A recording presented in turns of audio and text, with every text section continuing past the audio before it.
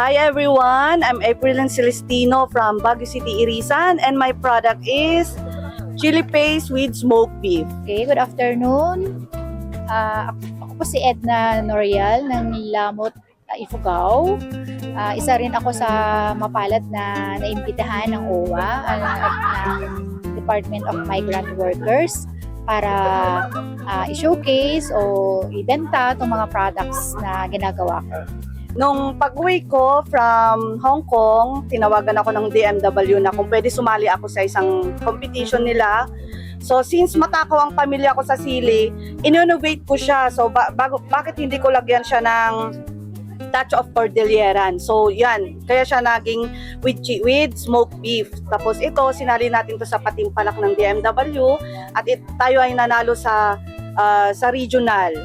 Ito yung product natin. Kaya yun, so itong mga product ko na una, pagkain muna, like chocolates, tablea, like that, and then na-develop ko yung yan, chocoffee, chocosoya, ganyan, hanggang sa marami palang pwedeng gawin sa kakao.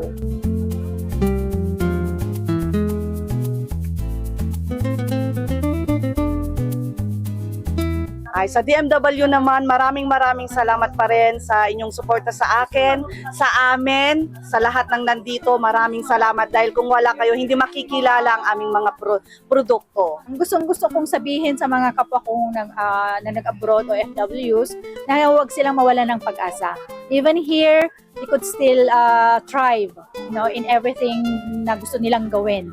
Kung sa business man ito, they just keep on doing it. Kasi wala namang yung once, yung parang ang bilis lang na mag-grow na kaagad. No. It's a process talaga. Yun, magtis sila, gawin nila yung best nila, mag-trust kay God na the Lord will help them in everything that they plan to do.